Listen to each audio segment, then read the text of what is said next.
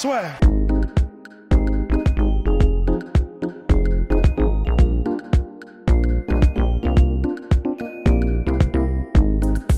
Bonjour à toutes et à tous, bienvenue au podcast La Sueur spécial UFC 236 motherfuckers avec Monsieur Rust, Monsieur Polydomso. On est particulièrement excités. Pourquoi? Parce que co-main event Israël Adesanya, Kelvin Gastelum, titre intérimaire middleweight et main event. Attention les yeux. Mad Max Holloway qui revient 7 ans plus tard contre Dustin Poirier pour prendre sa revanche face à l'homme qu'il avait battu lors de son tout premier combat à l'UFC. Et là, ladies and gentlemen, s'il vous en fallait un petit peu plus, c'est pour la ceinture intérimaire lightweight. Donc avant ce main event, on va s'intéresser au co-main qui est quand même très très solide. Alors messieurs, bien malin celui qui arrivera à prédire l'issue de ce combat. Bah, pour les deux combats même, c'est pas évident du tout et ça fait plaisir parce que si c'est pas évident à ce niveau-là, ça veut dire que du coup, ce sont des match-ups qui font sens et enfin au plus haut sommet de la pyramide. Voilà, ouais, pour notre plus grand plaisir. Mais voilà, ça veut dire que du coup, on a les meilleurs qui affrontent les meilleurs et ça fait quand même plaisir. Alors monsieur Polydomso. Non, bah moi je suis super heureux parce que c'est une chance incroyable d'avoir ce genre de combat encore une fois. Bon, encore une fois, ça fait un peu chic que ce soit pour les ceintures intérimaires, c'est le petit astérisque, mais après c'est vrai que dans le cas des poids moyens et des légers, ça dérange moins ça dérange moins d'une certaine mesure parce que ça aurait été vraiment injuste d'enlever les ceintures à Khabib et à Whittaker parce que ce sont des champions très légitimes et très méritant. Donc c'est vrai que ça fait un peu plus sens dans ces catégories-là, où d'ailleurs au demeurant il y a une forte compétition. Donc c'est assez beau là d'avoir ces rencontres. Ça va être un clash de style assez intéressant pour ce qui est de la rencontre en poids moyen, et même un clash physique assez intéressant. Physiquement, les deux combattants n'ont rien à voir, quoi. Ils sont très différents, ils misent sur des forces différentes. Et là, on a un peu plus, je pense, on va avoir une dynamique qui se rapproche d'un truc qu'on retrouve dans beaucoup de combats, qui est la dynamique du styliste contre le bully, tu vois. Enfin, alors le bully en traduction en bon françois c'est la brute, quoi, tu vois, mais ça rend pas vraiment honneur en fait au terme bully dans les sports de combat. En sport de combat, on va parler de bully, enfin c'est surtout les anglo-saxons qui parlent de bully, qui sont les gens qui misent en fait sur la pression, mais pas la pression au sens, on va dire. C'est le côté harceleur. Hein, ouais, voilà. Non, mais c'est aussi en fait, il va chercher à créer une réaction psychologique de l'adversaire en le noyant en fait, en l'enfermant dans l'agression, tu vois.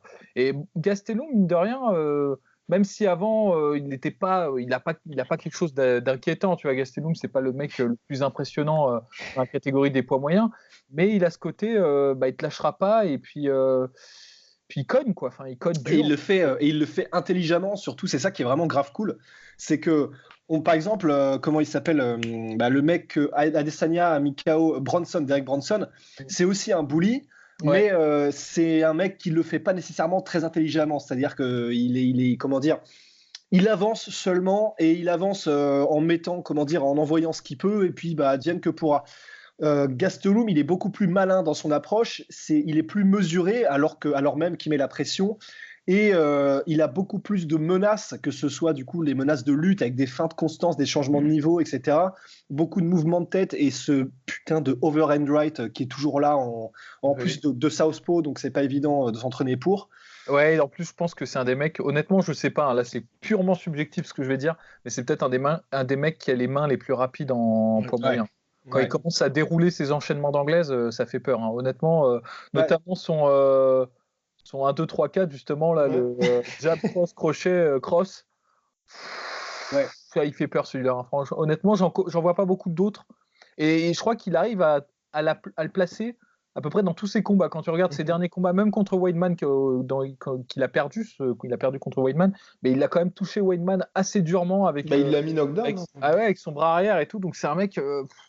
Il fait pas rire debout du tout, et en plus de ça au sol aussi il fait pas rire du tout, parce que pareil en termes de transition et la façon dont il prend le dos de ses adversaires notamment pour utiliser, pour tenter un rear neck choke, bah, il fait ça super rapidement, quoi. Tu sens que le mec, il est affûté, vraiment très affûté. Et il avait passé avec succès le test Jacare Souza, quand même, le mettre en knockdown. Et puis, mine de rien, en n'ayant pas peur aussi bien debout et au sol. Donc, c'était un combat qui était certes très serré, mais c'est vrai qu'il s'en est sorti par speed decision au Brésil. Moi, j'ai un petit mot après, je laisse Russ poursuivre. Je suis quand même un peu déçu. C'est vrai qu'Adesanya se retrouvait ici, co-main event, titre intérimaire, après avoir battu Anderson Silva. J'ai un petit pincement au cœur encore pour ce Jacare Souza qui se retrouve encore promis à tu vas devoir à nouveau combattre un mec et on t'aura ton title shot une fois qu'il y aura l'unification. Donc il y a pas mal de choses qui peuvent se passer.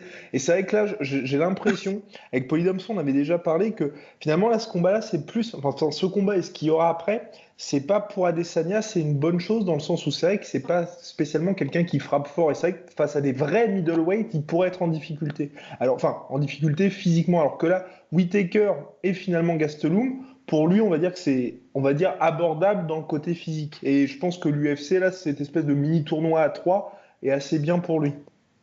Ouais, je te rejoins. Et c'est vrai que juste en aparté très rapide pour Jacare, ça fait vraiment grave chier pour lui. Et le fait qu'il ait accepté là, ce combat contre Hermansson, ça veut dire qu'à mon avis, visiblement, alors même qu'il venait de dire que lui, il en avait ras-le-bol et qu'il fallait que ce soit un combat pour le titre, sinon il arrêtait. Je pense que là, il est un peu, il a eu un déclic et je pense qu'il est dans le même schéma de pensée que Mark Hunt.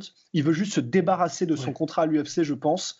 Et après, il part se faire de la maille dans d'autres organisations. J'espère qu'il perdra pas. J'espère moi non qu'il plus. perdra mais parce que vraiment, tu sais, là, ça rappelle ces moments où il était. Il a eu contre Whittaker, mais oui, il y a eu contre mais Whittaker, c'était un contender, mais il y a eu Chris Camozzi. Chris Camozzi, je pensais à ça, ouais, parce qu'il il a eu des combats vraiment, quand tu réfléchis, Jacare Souza qui n'était pas du tout pertinent dans sa position dans la catégorie. Il a vraiment, c'est un des rares comme ça où il a dû se coltiner des mecs comme ça. Et en fait, alors les gens pourraient penser c'est pas grave si c'est un top 5, il les éclate et puis c'est terminé, tu vois. Mais ça marche pas comme ça. C'est-à-dire tu peux très bien tomber sur un os. C'est un sport qui est assez aléatoire. Tu vois, Hermansson, il est quand même vraiment dangereux comme mec, tu vois, même s'il n'est pas dans le top, il est dans le top 15, j'en sais rien, enfin, je sais même pas. Top 15 dans le certainement, il est certainement pas dans le top 10. J'en sais rien, il me fait chier ce connard. non, mais c'est pas ça, c'est que je vois ce que tu veux dire. Il n'est pas du tout dans la même position, c'est-à-dire Jacare Souza n'a rien à gagner. Alors évidemment, c'était pas un combat qui était prévu, c'est un combat un peu de secours, mais ce que je veux dire, c'est qu'il prend. Il l'a quand même accepté. C'est Jacare Souza qui prend les risques là, et qui gagne pas grand-chose, c'est-à-dire il va battre Hermansson. Un title shot, il gagne un title shot. À voir. Ouais. Oh non, ce serait terrible. Bon, messieurs, Ross, tu voulais poursuivre. Sur Israël Adesanya, on parlait du physique d'Israël Adesanya, cette espèce de mini tournoi à 3 là.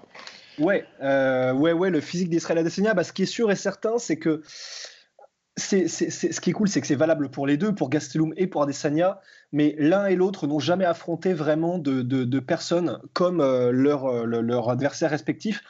Et c'est vrai que pour le coup, Adesanya n'a jamais, mais vraiment jamais affronté un mec qui est aussi dangereux partout et aussi dans l'élite et spécialiste partout. C'est-à-dire que c'est un mec dont Gastelum qui a été capable de grinder, de out-grinder même un mec comme Tim Kennedy, qui est capable d'aller au sol avec un Jacare Souza, qui est capable de mettre KO un Michael Bisping ou même de dominer des mecs comme Uriah Hall, etc.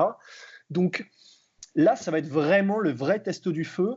On verra pour les pronostics tout à l'heure, mais même c'est pour moi, je mets Gastelum en fait même. Et à l'inverse, c'est vrai aussi que si on regarde le résumé de Kevin Gastelum, il n'y a jamais eu un striker de cette trempe et de ce style dans tous les gars qu'a combattu Gastelum. Donc c'est vraiment super intéressant de ce point de vue-là. Après, effectivement, je pense que Gastelum a beaucoup d'armes et qu'il sera capable de menacer, en plus de mettre la pression, ce dont on n'a pas forcément l'habitude Adesanya, il sera capable de vraiment menacer avec tellement d'armes différentes, que ce soit en clinch, que ce soit en takedown, que ce soit en grind contre la cage, etc., que j'ai plus peur pour Adesanya que pour Gastelum, qui en a quand même vu d'autres. Également, ouais. Également, d'autant plus, moi, c'est vraiment le combat contre Jacare Souza qui m'a ouvert vraiment les yeux sur Kelvin Gastelum, parce que sur ce combat-là, il a vraiment fait preuve d'une pression constante, malgré, on a quand même vu Jacare Souza, Polydomson, on avait parlé juste après sa victoire contre Chris Weidman. C'est vrai qu'aujourd'hui, il est surtout par explosion, et il y avait toujours ces explosions.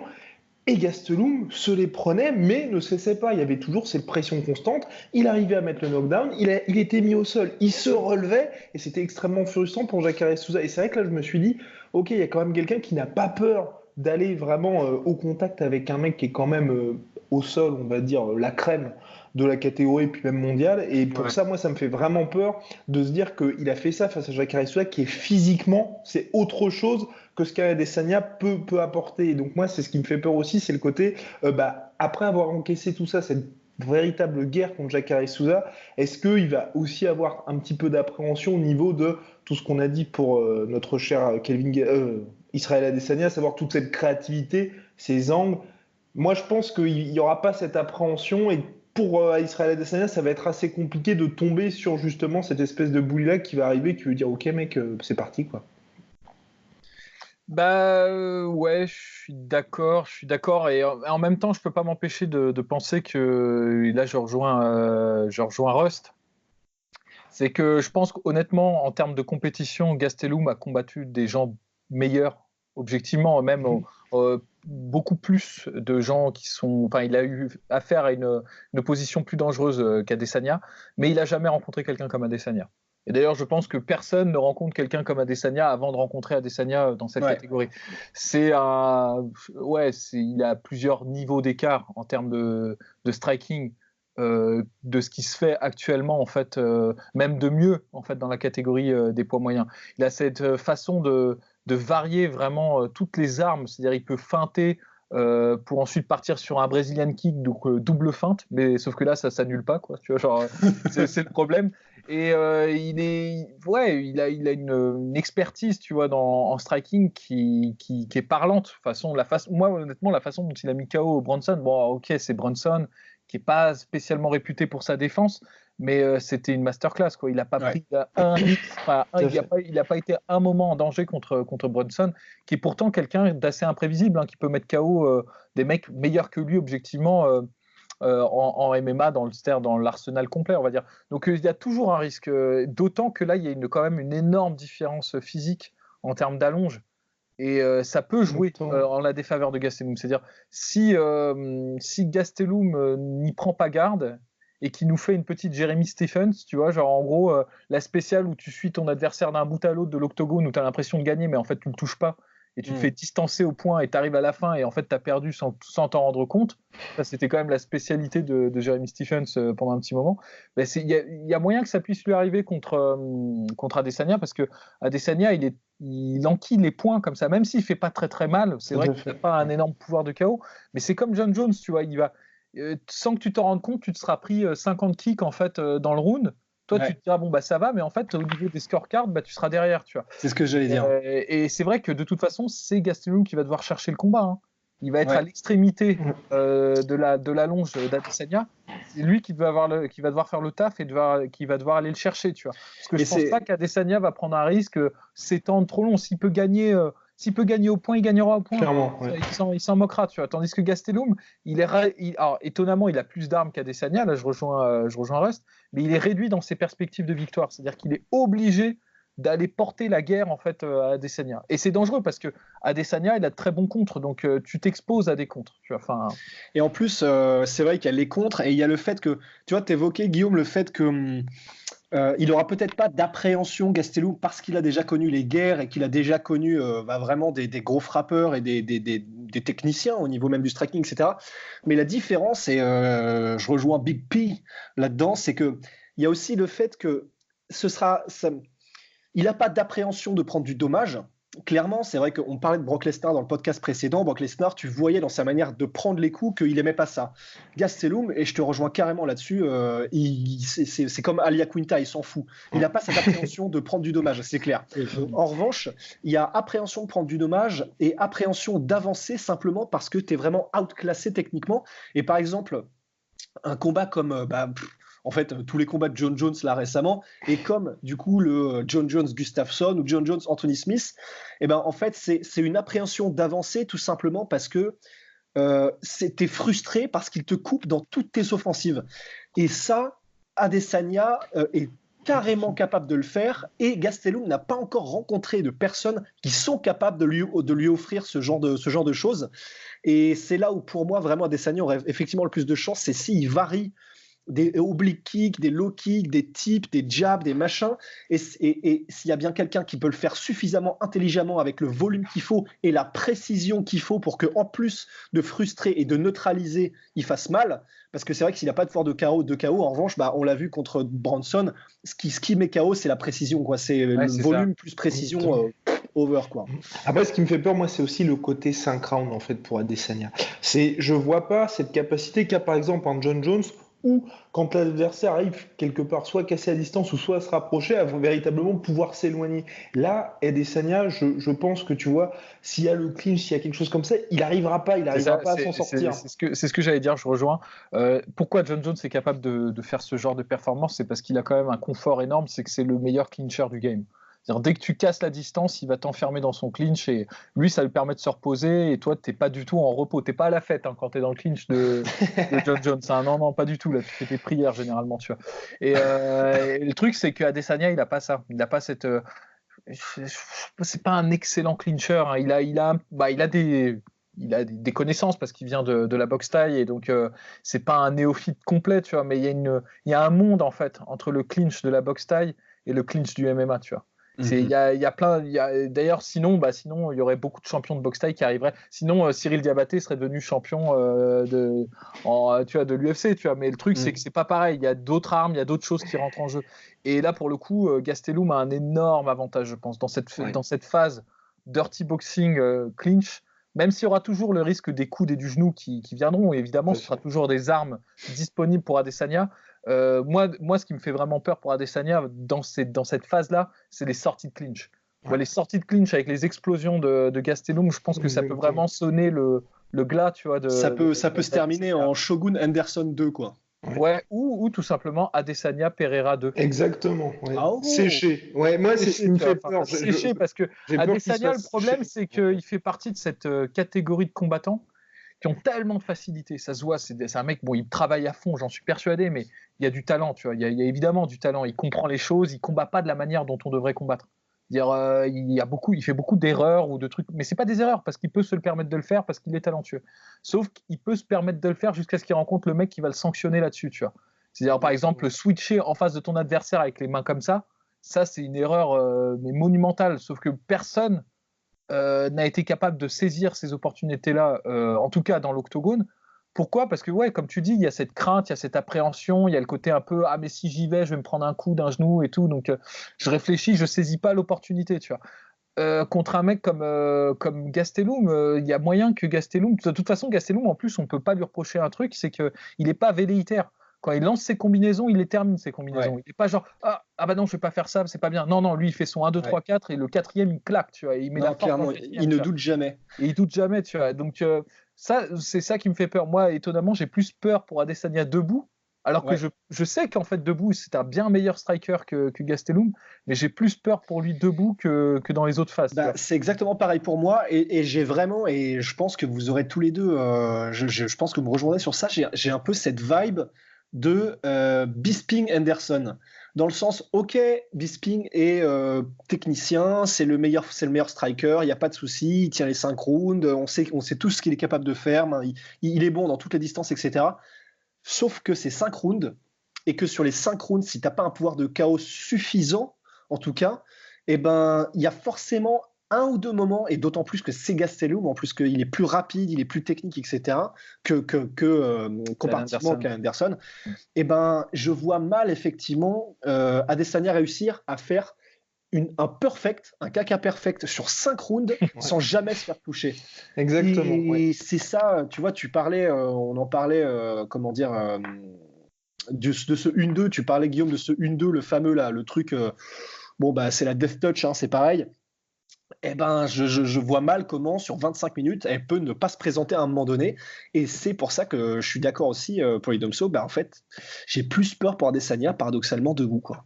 Alors, messieurs, place au pronostic. Moi, je pense que dans sa grande tradition parce que je veux pas utiliser d'anglicisme, on va dire du mec qui gâche les espoirs. Je pense que Gastelum va gagner par speed décision. C'est-à-dire qu'en gros, ça va être 5 rounds qui va marquer. C'est-à-dire, je pense qu'il va y avoir des rounds où Adesanya va vraiment être va gérer, c'est-à-dire va pas prendre de risques, va gagner plus de points et tout, mais il y a des moments où ça va aller au sol, donc ça va être Gastelum qui va gagner parce que ça va aller au sol et il aura une position dominante, et je pense que ce qui va être le petit déterminant dans l'esprit des juges, c'est, je pense, va y avoir un knockdown à un moment donné, tu vois, d'Adesanya, tu vois, et bon, c'est ma théorie, hein. Ça se trouve, Gastelum, il va se faire head-kicker la gueule en 30 secondes, tu vois. Mais moi, c'est comme ça que je vois la dynamique du combat aller, en fait. C'est peut-être les 2 premiers rounds d'Adesanya qui gèrent bien, et puis lentement mais sûrement Gastelum qui revient sur la fin, quoi. Rusty Business. Bah ouais, alors du coup par contre, juste avant qu'on se dise nos pronos, Guillaume, est-ce qu'on fait la technique de la dispersion pour être sûr qu'il y en ait au moins un qui ait un bon résultat ou pas?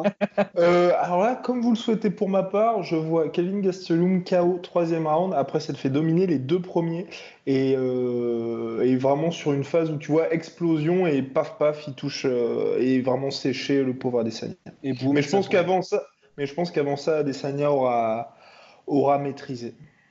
Ok.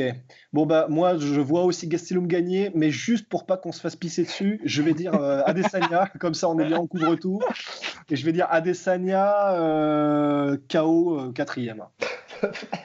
Allez, formidable. Et Voilà. messieurs, avant de passer au main event, ça vient de tomber. Notre ami TJ Dillashaw vient d'être suspendu donc pour 2 ans pour usage d'EPO. Donc il pourra revenir le 19 janvier 2021.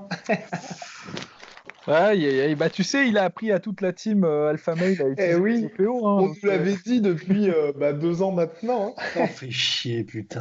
C'est chaud. En plus, EPO, t'as quand même ce sale délire Lance Armstrong et normalement en 2019, tu tombes pas pour je ça. crois qu'en plus, le seul qui est tombé pour EPO de récente mémoire, c'était Ali Bagautinov. Yes. Et ça se voyait, quoi. Parce que putain, ça les se 5 voyait. rounds contre Demetrius Johnson, où le mec il se mangeait des genoux dans la tête et il continuait. Ah ouais, non, c'est Ouais. extraordinaire. Et putain, ça fait chier parce Ouais, que c'est ça, EPO, ouais. Et EPO, ça veut dire que en Et plus, alors, Dillashaw ne conteste pas, hein, là-dessus. voilà, et c'est ça. En fait, c'est ça. Non seulement il conteste pas, dès qu'il a eu la nouvelle de l'USADA, bon bah en gros, il a rendu son tablier, il a fait ouais, je rends ma ceinture. Donc clairement, il le savait, il a joué avec Mais bah, c'est voilà. terrible parce qu'avant ce combat-là, on avait quand même loué les prouesses de toute sa team. Et là, il y a quand même ce côté se faire prendre vraiment comme un amateur, hein. Visiblement, sa team n'a pas bien fait son cycle. Ouais. Ouais. Tu vois, mais- Mais bon, après, quand même, bon, c'est clairement, bon, bah, Sachant voilà. que c'était un maintenant- test positif le 19, hein, le jour du combat, messieurs. C'est ça. Ça, c'est dur, ça. C'est ça que je C'est trouve dur, vraiment ouais. troublant, c'est que c'est le jour du combat. Enfin, Ouais. à un moment donné, il faut être professionnel. Bah voilà. Après, bon, Là, c'est quand même terrible qu'on soit dans une dimension où c'est pas le fait qu'il ait pris de la drogue, mais c'est le fait qu'il se soit fait poisser, tu vois, qui pose problème. Tu vois. T'es all on steroids. Mais bon, ouais. Quoi qu'il en soit, mon cher Rust, là, c'est quand même compliqué pour TJ Dillashaw, on était là parmi les meilleurs de l'histoire, pound ah, for ouais, pound, ouais. là. Alors, c'est ce que j'allais dire. Alors bon, bah, clairement, de toute façon, maintenant, il est dopé. Et il n'y a rien à excuser, mais ça fait chier parce que c'est comme Polanski en fait. Ça fait chier parce que TJ Polanski. TJ Polanski, parce que bon, ok, il s'est fait choper par la commandant Tour, mais d'un autre côté, ça n'enlève pas que même dopé, c'était magnifique les mouvements qu'il avait, c'était magnifique, tu vois. Donc C'est-à-dire que Polanski, même si c'était un pédophile, ça n'empêche pas qu'il ait fait des bons films. C'est ça il avait qu'il un voulait dire. super jeu de jambes. Voilà, je tiens quand même à lui rendre Bon, bah voilà, c'était le dernier épisode du podcast La Sueur. la débauche. Ah, mais c'était la fin de l'époque. Oui, la fin d'une époque, donc bref, voilà. TJ Dillashaw, bien messieurs, maintenant, place au main event.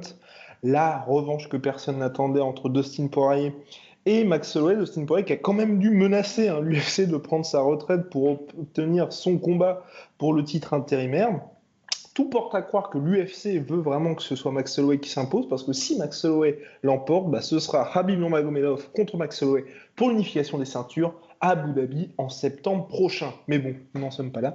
Là d'abord, c'est le combat que tout le monde attend. Oh my God! Max Holloway, donc champion qui a défoncé tout le monde en featherweight, et quand on dit tout le monde, c'est vraiment tout le monde. Le mec a vraiment rasé la catégorie. Et là, c'est une montée qui est plus qu'attendue et plus que logique finalement chez les lightweight. En plus, ça fait plaisir parce que directement, c'est pour la ceinture intérimaire. On va commencer par Monsieur Polydomso. Alors, à quoi peut-on s'attendre?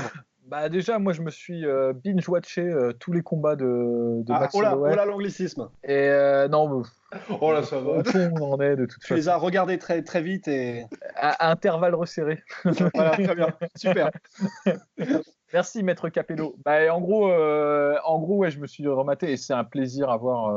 Le mec. Je crois qu'on se rend. En fait, on est gâté quand même parce qu'on a quand même une période où on a des mecs comme Khabib, comme Max Holloway, comme Tony Ferguson. Tu vois, genre c'est incroyable. Comme Conor McGregor. Qui d'ailleurs qui a encore quelques incartades d'après ce que j'ai pu comprendre. Plus assez après de toute façon. Ouais, c'est sacré strict. Ce que je veux dire, c'est que on peut s'estimer chanceux quand il y a un mec comme Holloway par génération, tu vois. Là, il y en a plusieurs, tu vois, et c'est incroyable, quoi, parce que en fait, Holloway, même dans son premier combat, même quand tu le vois perdre contre Dustin Poirier à 20 ans, je crois qu'il avait 20 ans, mais déjà à 20 ans, même s'il a des erreurs, si au niveau du sol et de la lutte, c'est pas trop ça. D'ailleurs, c'est ce que disaient ses coachs. Le mec, savait rien faire, grosso modo, quand il est arrivé à l'UFC, le premier combat à l'UFC, il savait pas faire de grappling et pas faire de lutte, mais il avait quand même un combat à l'UFC, tu vois. Et jusqu'au moment où il a été au sol contre Dustin Poirier, il était meilleur debout, tu vois. Et même la version Holloway 20 ans, tu la recatapultes aujourd'hui. À 20 ans. Dans la catégorie, il est meilleur debout que beaucoup de gens en fait. Et aujourd'hui, en plus de ça, il a peaufiné son art, tu vois. Et ce qui m'amène physiquement aussi. Physiquement, là maintenant, c'est un monstre. Adulte, quoi, tu vois. Mais ce qui m'amène à lâcher quelque chose, une bombe nucléaire, je pense. Je vais dire un truc qui est attention, préparez-vous. Je pense qu'il a des problèmes de vue. Je pense que tu pensais pas que j'allais dire ça. Mais non, mais je pense qu'en gros, Holloway, c'est le meilleur boxeur en MMA actuellement, période. Je lâche le micro, tu vois, genre.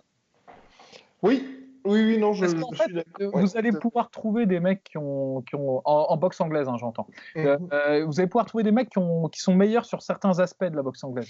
Genre, par exemple, les Diaz, ils sont très bons en combinaison, tu vois. Connor ou Anderson Silva, ils sont très très bons en contre. Qu'est-ce que je peux utiliser d'autre comme exemple? Junior Dos Santos, s'il n'y avait pas de cage, Junior Dos Santos, il serait imbattable parce qu'il a de très bons setup quand il est dans l'outside, à distance, tu vois. Mais en revanche, ils ont toutes les personnes que je viens de citer, des gros défauts ailleurs sur un autre domaine en fait de la boxe anglaise. Par exemple, les frères Diaz, ils savent pas se déplacer, pas très très bien, tu vois. Ils comprennent pas trop comment enfermer quelqu'un contre la cage, comment réduire sa marge de manœuvre par son déplacement, tu vois. Conor McGregor, il a pas une super défense en boxe. Junior Dos Santos, tu lui fais une feinte, il recule, il se cogne contre la cage, tu vois. Enfin, tu vois, ils ont tous des énormes défauts. Tandis que Max Holloway, en fait, peut-être qu'il est moins excellent sur certains domaines, mais il est bon partout. Il est bon en défense, il est bon en attaque, il a un très très bon jab, et surtout bon sa qualité, ouais voilà, c'est ça. Sa qualité, qui est, je pense, la première, c'est son footwork. C'est incroyable le niveau qu'il a de maîtrise. Et à retourner des situations qui paraissent mal embarquées aussi. Ouais, non, mais en plus de ça, il a des capacités d'encaissement et il a un mental de champion. Mais surtout, moi, je pense, je mets le point vraiment sur son footwork parce que c'est très, très, très, très intéressant.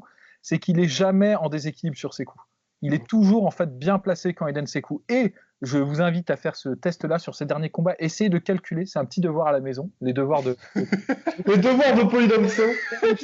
Attention. C'est vous calculez le nombre de fois où il change de garde pendant un round. Et surtout, regardez comment il le fait. C'est-à-dire, vous avez une semaine. Ouais, il peut le faire jusqu'à plus de 10 fois dans un round et jamais ça se voit. c'est tout le temps dans son déplacement ou tout le temps quand il attaque. Il le fait mieux que Demetrius Johnson, il le fait mieux que TJ Dillashaw. C'est-à-dire TJ Dillashaw et Demetrius Johnson, ils le font parfois de manière ultra évidente. En face de l'adversaire, ils vont switcher, tu vois, juste comme ça pour changer de déplacement. Lui, c'est imperceptible. Il recule, et hop, il est passé en droitier sans que tu t'en sois rendu compte, et hop, il repasse en gaucher, et ça va lui donner d'autres angles d'attaque, en fait. Par exemple, il y a des kicks qu'il ne peut pas faire s'il est en droitier, il va pouvoir les faire s'il est en gaucher, tu vois. Et ça, les adversaires, ils ne peuvent pas le comprendre, ils ne peuvent pas le voir, parce que c'est trop rapide, en fait, pour eux. Et ça participe même du fait qu'il est non seulement il est capable de noyer et de vraiment d'étouffer ses adversaires par son volume, mais aussi, et c'est vrai que là, du coup, c'est d'où l'importance que tu soulignes tout ça, du fait que tu es capable de dépasser quelqu'un si, un peu à la Lomachenko, si tu es capable non seulement de réussir à l'aveugler ou en tout cas de réussir à le faire perdre ses moyens par le volume de strike, mais en plus de ça, si tu es capable de changer d'angle et de passer dans son dos ou de son côté au même moment où que tu mets des combinaisons et que en plus de ça, la personne ne sera même pas capable de voir de quel côté tu seras capable de partir, et ça c'est lié au changement de garde, parce que par exemple si tu es en garde orthodoxe, eh ben, c'est beaucoup plus facile de passer vers ta gauche en fait, parce que c'est ton pied avant qui fait le mouvement, etc. Mais en revanche, d'aller vers la droite, c'est quasi impossible. Et si tu arrives à changer en pleine combinaison et devenir en southpaw, et donc tu peux ensuite partir vers la droite, c'est-à-dire que non seulement tu aveugles et t'étouffes la personne par ton volume de strike, mais en plus de ça, elle est en panique constamment parce qu'elle ne sait même pas où tu seras dans la seconde qui suit. C'est terrifiant, c'est extraordinaire. C'est ce que j'allais dire. En plus de ça, ça permet d'installer un volume de striking tout en étant en sécurité contre les retours de l'adversaire. Parce que le problème de ceux qui combattent en volume, c'est que plus tu agresses l'adversaire, plus tu t'exposes. Hein. Quand tu donnes des coups, tu ouvres des portes dans ta garde, en fait. Par exemple, si tu as tes mains là, là, tu vas t'es protégé. Mais si tu donnes un jab, tu ouvres. Alors, tu peux te protéger derrière ton épaule, comme ils font bien les boxeurs, mais tu ouvres toujours quelque chose. Mais si tu te places bien, tu vas pouvoir sortir de la ligne de frappe de l'adversaire avant même que le mec n'ait pensé à répliquer, tu vois. Et d'ailleurs, ça se voit, il y a le combat qui est très intéressant pour ça, c'est contre Ortega. C'est-à-dire, sur la plupart des rounds, Holloway n'est jamais là quand Ortega rend les coups. Et en fait, le seul round où Ortega a vraiment un certain succès contre Holloway, c'est le 3e round de mémoire. C'est parce que Holloway garde son volume, mais reste beaucoup plus frontal au niveau de son footwork. Frontal, et se fait toucher en retour. Et d'ailleurs, il s'ajuste très rapidement. Après, il recommence et là, c'est la boucherie, quoi. Tu vois, genre parce que il va en plus exploiter tes remises ratées. C'est-à-dire, tu vas faire une remise dans le vide. Tu vas bien t'exposer et là il va te recontrer derrière, c'est-à-dire il va contrer tes contres. C'est-à-dire le mec est quand même à 3 ou 4 niveaux, tu vois, au-dessus du lot, parce que la plupart des combattants, tu vois, regarde par exemple un mec comme McGregor, il a juste compris que les mecs quand ils attaquaient, ils s'exposaient. Donc lui son jeu c'est de créer l'exposition pour te contrer de la manière la plus violente possible. Mais je suis sûr qu'Holloway aujourd'hui par exemple, il pourrait déclencher le contre d'un McGregor et contrer par-dessus, tu vois. Ouais. Parce que lui, il est à un autre degré. Et il y a un truc qui se voit, je parle beaucoup de l'OM, mais parce que je suis amoureux de ce style, tu vois. Mais il y a un truc qui fait très bien, par exemple, regardez par exemple ce qu'on appelle un check hook, c'est-à-dire un crochet défensif, tu vois. Ça, c'est une technique que beaucoup de combattants utilisent, qui est très efficace, c'est le crochet du bras avant. Quand un mec rentre, notamment en attaquant en technique directe, vous décalez un petit peu et avec le bras avant, vous allez le choper en crochet. Un mec qui fait très bien ça, par exemple, c'est Luke Rockhold. Luke Rockhold, il y a pas mal de combats qu'il a gagné comme ça sur des check hooks, tu vois.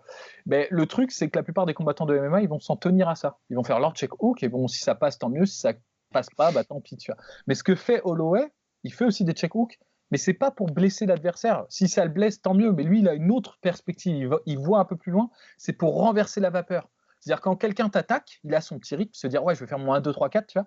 Lui, il va faire son check hook, ça va casser en fait ton rythme. Et il va tout de suite enchaîner pour prendre en fait l'initiative. C'est-à-dire, il va faire son check hook et puis il va faire un contre, puis encore un check hook, tu vois. Et ça, c'est impressionnant à voir parce que, encore une fois, très peu de gens le font en MMA, tu vois. Donc voilà. Donc mon cher Ross, une fois qu'on a dit tout ça sur Max Holloway, Dustin Poirier a-t-il une chance? Ouais. Alors oui, ça va être compliqué quand même. Ça va être très compliqué. Mais il a une chance parce que c'est vrai que bon. On a dit niveau QI combat, il passe quand même de Eddie Alvarez et Justin Gaethje à Max Holloway. Rien que ça, pour moi, c'est quand même compliqué. Déjà au niveau de ça, et puis même, c'est vrai que c'est assez cruel parce que, alors, ils n'ont pas le même style, Max Holloway et Dustin Poirier, mais il y a quand même des similarités. Exactement. Il y a le fait que déjà, ils travaillent en fait en volume, et ils travaillent en volume sur toute la durée du combat, et ils sont très bons, très très bons tous les deux en anglaise. Et c'est seulement sur vraiment des subtilités qui sont assez différents. Et alors déjà, il y a le fait que, et c'est pour moi, ça me fait déjà un peu peur, mais comment dire, Dustin Poirier, il travaille vraiment beaucoup, beaucoup en crochet uppercut et pas beaucoup en direct. Et j'ai peur qu'avec la gestion des distances de Max Holloway et son travail en direct, etc., j'ai vraiment peur pour Dustin Poirier. Et du coup, alors qu'ils sont très bons tous les deux, et donc déjà ce qui est cool, c'est qu'il n'y aura pas de problème de cardio des deux côtés, Clairement. que les deux sont mais tellement affûtés de dingue en anglaise que je pense, à moins que justement l'un des deux ne crée la surprise et que leur game plan ce soit de créer vraiment quelque chose de différent avec des kicks ou avec des tentatives de takedown, il y a des chances que ce soit un magnifique combat d'anglaise, prédominamment. Mais même en anglaise, je pense qu'effectivement, Max Holloway est à un niveau qui est un peu supérieur. Et même Et tu si penses pas qu'il utiliserait donc sa lutte, l'ami Dustin Poirier? Parce que c'est vrai que là, debout, moi, ça me paraît vraiment très compliqué pour lui. Parce que pour moi, c'est une version dans ce qu'il a apporté sur ses derniers combats. C'est un Max Holloway juste un peu en dessous, je t'en prie, mon cher. Ouais, je dis juste un truc debout. Moi, je pense quand même qu'il faut pas trop sous-estimer l'ami Poirier parce que certes, Touche pas au diamant. ouais, bah non, le diamant, ouais, justement. Non, mais certes, je suis d'accord. En anglaise, je pense qu'il est un cran en dessous. Poirier, il est un peu plus évident dans sa façon de faire. Par exemple, il fait aussi des switches, mais lui, c'est beaucoup plus évident. Il va donner un contre, il va avancer, et c'est pour armer son crochet qui part derrière. C'est un peu plus télégraphié. Ça marche parce qu'il y a peu de gens qui sont capables de faire ça, même en MMA. Mais je pense que quelqu'un qui a le style et le raffinement, on va dire, la sophistication d'un Max Holloway, il va voir venir les trucs un peu plus à l'avance. En plus de ça, parfois, Poirier, il a tendance, quand il sent que son adversaire est quand il le perçoit un peu en difficulté, à considérablement simplifier, c'est-à-dire il va se mettre quasiment face à son adversaire, il va enchaîner les crochets, ce qui l'empêche de poursuivre un adversaire ou de varier les niveaux et tout. Il ne le fait pas super bien ça quand il pense qu'il est en train de gagner. Néanmoins, je pense que Poirier a quand même certaines armes qui peuvent jouer particulièrement dans un contre un Holloway, et notamment ses low kicks. Moi, je trouve qu'il a de bons low kicks. Il a une très belle technique de kickboxing. Il a un style vraiment Dutch kickboxing, tu vois, genre le coup où il va faire 3-4 crochets et puis il va terminer sur un low kick un peu à la manière d'un Rousmalen. Ouais, ou Rousmalen, ouais. Ernesto. En fait, n'importe quel Hollandais, quoi. N'importe quel Hollandais, ouais. Et ça, je pense qu'en revanche, ça peut vraiment payer contre Holloway, parce que justement, Holloway, le défaut de ses qualités, si j'ose dire, c'est que c'est un très bon boxeur, mais quand tu es un très bon boxeur, tu as besoin de tes appuis, en fait. Et tu as besoin de tes appuis pour bouger, tu as besoin de tes appuis pour donner tes coups. Et le truc, c'est que s'il se prend une vingtaine de low kicks, mais il faudra vraiment, très important, les low kicks, c'est très très important, on le répète jamais assez, mais il faut pas s'en tenir à 3 low kicks. Parce que 3 low kicks, les mecs sont trop durs physiquement, ils vont rien sentir, ou en tout cas ils vont rien. C'était le problème avec de Brian Ortega, parce qu'il avait réussi à en placer justement 2-3 gros au début du combat qui étaient assez impressionnants. Il avait très vite arrêté, alors que ça faisait quand même le taf. Mais José Aldo aussi, dans son deuxième combat notamment, il en a fait 3, tu vois, et puis après il a arrêté. Alors pourquoi? Parce que Holloway aussi est malin, tu vois. Il n'arrive pas très bien à checker les low kicks, mais ce qu'il fait, c'est qu'il t'allume quand tu. Ouais, exactement. Donc généralement, ça te décourage. Mais moi, je dirais, oui, non, mais bonne raison. Ça se comprend. Ouais. Ça se comprend, mais je pense que c'est un pari que tu peux gagner contre Holloway, parce que il n'a pas beaucoup de pouvoir de KO quand même, Holloway, et donc c'est un risque que tu peux prendre, surtout si tu es Dustin Poirier, que tu es quand même un peu plus gros et un peu plus fort physiquement qu'Holloway, je pense. Et donc, tu vois, les low kicks, il faut vraiment que ce soit systématique. Tu vois. D'ailleurs, je crois que c'est Rokhaya Diallo qui disait ça très justement, qui disait que les low kicks, si c'est pas systématique, on peut pas parler de low kicks. Tu vois, genre, c'est un peu comme ma blague a fait un four total. Non, mais en fait, moi, je m'attendais à une blague par rapport aux antibiotiques ou un truc comme ça. Ça suffit, ça va trop long. On va se faire fermer les trucs. Non, mais alors, du coup, en revanche, je pense que s'il arrive à avoir ce game plan, un peu comme finalement a fait Anthony Pettis contre Stephen Wonderboy Thompson, ça peut s'avérer payant dans les derniers rounds, parce que c'est un combat qu'il faut penser vraiment dans la durée, quoi. Enfin, ouais. Et pour terminer juste sur un petit point après Rost, vous pourrez poursuivre, c'est juste sur le pouvoir de KO. Hein. Quand Polydomso dit pouvoir de KO, on parle pas de one punch knockout, parce que oui, Holloway sur une série de 3 KO de suite, enfin même 4 d'ailleurs, mais c'est le côté, c'est le volume qui finit par payer, les mecs en peuvent plus et donc là se font finir. Voilà, qu'il n'y ait pas de confusion de votre part à dire ah mais non, non. C'est que pouvoir de KO, c'est Francis Ngannou. Voilà. Exactement. Ouais, voilà, c'est ça. C'est un Max dans le Holloway. dictionnaire. Max Holloway, c'est le maître de la mort par 1000 blessures, quoi. Il va te saper, tu vois. Mais alors que Dustin Poirier, en revanche, cette masterclass de Polydomso ce soir. Oh là là là là là. Bah alors Rust, essaye d'être un peu au niveau. Ouais, mais moi avec mon balai qui traîne et ma moumoute, moi forcément je fais clodo. C'est bon de balancer la punchline pour le prono. Merde. Attends, il faut que je balance une punchline pour le prono? Pas forcément, mais enfin le prono. Oui, ça suffira. Bah écoutez, moi du coup je mets quand même Max Holloway. Ah oui. Je mets Max Holloway et je pense que Dustin est dur au mal et que il tiendra jusqu'au bout. Mais je pense que ce sera une décision nette en 5 rounds. Alors moi, je vais envoyer un gros big up à Dan Hardy qui a fait une super analyse du combat. Je vous enjoins à la regarder avec des statistiques et tout. Donc c'est beaucoup plus pro que nous. Nous on fait ça à la maison avec bouteille d'eau, moumoute et casquette WrestleMania. Ça vient du terroir. Ça vient du terroir. Mais Dan Hardy fait ça avec des organigrammes, des PowerPoint et tout, des trucs un peu stylés, tu vois, genre Pom Pom Girl et compagnie. Même donc il paraît. Mais du coup, il a fait une analyse qui était assez intéressante, c'est qu'en fait, du coup, je lui rends hommage là-dessus parce que c'est stylé. C'est que Max Holloway, en fait, c'est vraiment, il va commencer avec un volume, on va dire, médian, et au fur et à mesure où il avance dans les rounds, son volume augmente et sa précision augmente. Donc il est de plus en plus dangereux en fait. En fait. Mais c'est impressionnant, c'est-à-dire il double son volume entre le round 4 et 5, enfin personne fait ça, tu vois. Alors que Dustin Poirier, c'est un volume fighter aussi, enfin il utilise beaucoup de volume, mais c'est différent, c'est-à-dire que sur les premiers rounds, il va attaquer, mais comme un malade, il va mettre vraiment les starting blocks au début pour déterminer les ouvertures. C'est-à-dire qu'au début, tu regardes les 2 premiers rounds, il va avoir 60 strikes, 70 strikes, un truc de malade, tu vois, par round. Et en fait, au fur et à mesure où le combat se poursuit, il réduit son volume d'attaque. Mais ça ne veut pas dire qu'il est moins bon, parce que sa précision augmente considérablement. C'est-à-dire qu'en fait, sur les 2 premiers rounds, il aura établi une cartographie en fait, de ta défense, et ensuite, il va frapper là où ça fait le plus mal. Tu vois.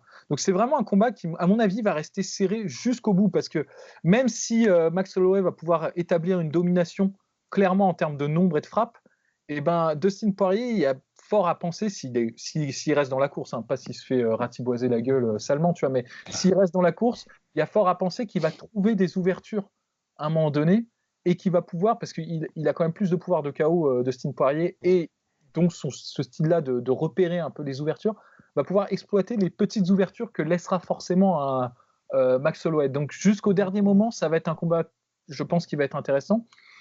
Moi, j'aurais tendance à la donner à Max Holloway également. Parce que pour tout ce qu'on a dit déjà auparavant. Et puis, je pense qu'effectivement, un truc qui pourrait jouer, qui serait intéressant de voir, c'est la lutte. Mais Dustin Poirier, il installe sa lutte que quand son adversaire est blessé. Vous regardez, généralement, les takedowns qu'il fait, c'est quand il a coincé son adversaire contre la cage et c'est là où il varie. Et sinon, il est assez télégraphié. Tu vois, c'est des gros doubles. C'est pas un Khabib, quoi. Il va pas te faire un enchaînement de lutte de malade, tu vois, où il va faire 3-4 projections pour arriver à ses fins. Lui, il va juste exploser sur un double. Quand tu te protèges contre la cage en fait. Donc je pense que ça ne sera pas un énorme facteur. Je peux complètement me gourer, mais je ne pense pas que ce soit un énorme facteur dans ce combat. Donc c'est pour ça que je la donne à Max Holloway.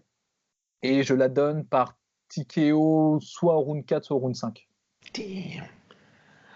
#MeToo, ouais, KO, TKO, round 4. Et je pense vraie grosse domination de Max Holloway. Vraiment, je n'ai pas d'inquiétude. Je n'ai vraiment pas d'inquiétude parce que en fait, Dustin Poirier m'a pas spécialement rassuré sur les combats précédents. Et c'est vrai que le problème, c'est que entre le combat contre Eddie Alvarez ou le combat contre Gaethje, qui était le Gaethje que nous n'aimons pas trop, hein, on va dire, c'était quasiment déjà écrit qu'il allait gagner. On savait comment il devait les affronter, on savait comment il devait les battre, et il s'est passé ce qui s'est passé à chaque fois. Et là, pour moi, contre Max Holloway, il va y avoir cette espèce de, et c'est pour ça que moi, j'ai aussi envie de voir ça, la belle histoire de Max Holloway qui va arriver, d'ailleurs, qui a dit c'est ce que les champions font, ils tombent, ensuite ils se relèvent, 7 ans après, il va lui dire écoute, voilà, Maintenant, je suis devenu un adulte. Et ensuite, j'espère qu'il y aura la revanche contre McGregor pour vraiment que tout le monde puisse voir que voilà, Holloway, il est arrivé, il avait 22 piges, enfin 21 piges contre l'ami Dustin Poirier, 22 contre McGregor, et maintenant, c'est un bonhomme, quoi. C'est un bonhomme et allez le chercher, allez le chercher. Ouais. D'autant que c'est vraiment un vrai bonhomme, hein, dans le sens. Non, mais je veux dire, dans le sens. Non, attendez. Dans le sens, c'était vraiment. Il avait une morphologie d'enfant quand il a combattu la première fois Dustin Poirier parce qu'il avait 20-21 ans. Maintenant, il a une morphologie à la limite de welterweight quasiment quand il est off combat. Donc, tu vois, je sais plus si c'est Guillaume ou si c'est toi, Polydomso, qui disait que. Comment dire, que Dustin Poirier aurait peut-être l'avantage physiquement parce qu'il est un peu plus gros, un peu plus stock. Très honnêtement, je pense pas. Hein. Franchement, je pense même lui, je sais pas. Non, mais Dustin Poirier, c'est quand même un gros. Enfin, il était très gros en featherweight. Il est parti parce qu'il pouvait plus rester en featherweight. Je pense qu'il a quand même. Max Holloway, là, physiquement, il est assez impressionnant. Hein. Je sais pas si vous avez vu les vidéos. Il est énorme. Il a fait un bon gros taf physique là-dessus. Et même Dustin Poirier a dit que. Il est quasiment sûr que Max Holloway sera plus lourd que lui le jour du combat. Et je pense aussi, à mon avis. Et après, c'est peut-être parce que bouffer, moi, c'est qu'après, c'est des morphotypes. Et donc, c'est vrai que on dit ça, tu vois. Mais c'est juste que Max Holloway, j'ai l'impression qu'il a plus son poids au niveau du bassin et des cuisses, tu vois, que Dustin Poirier, c'est plus le haut du corps. Tu vois, c'est plus impressionnant à ce niveau-là. Donc, peut-être effectivement que j'ai une vision. Troublé par ça, tu vois, confuse, on va dire, mais j'ai l'impression que l'avantage, on va dire, en termes de puissance physique, sera du côté de Dustin Poirier, mais c'est juste une impression pour le coup. De toute façon, peu importe le point, on les dose tous les deux. Bien, alors messieurs, superbe podcast prono. N'hésitez pas à balancer les pronos en commentaire. Ladies and gentlemen, on revient dimanche pour faire le point de cette UFC 236 et on répondra également à vos questions. Les questions, envoyez-les s'il vous plaît. Petit changement par mail, parce que c'est un peu compliqué de les traiter sur Instagram. Donc par mail, contact@lassueur. En objet, vous mettez le thème de votre question, et puis ensuite on y répond chaque dimanche. Et puis le podcast qui est disponible sur toutes les plateformes habituelles de streaming, &co, et bien évidemment sur YouTube. Messieurs, au revoir Rust, au revoir Polydomso. Au revoir Rust, au revoir Polydomso, au revoir Guillaume. À la prochaine. Soit.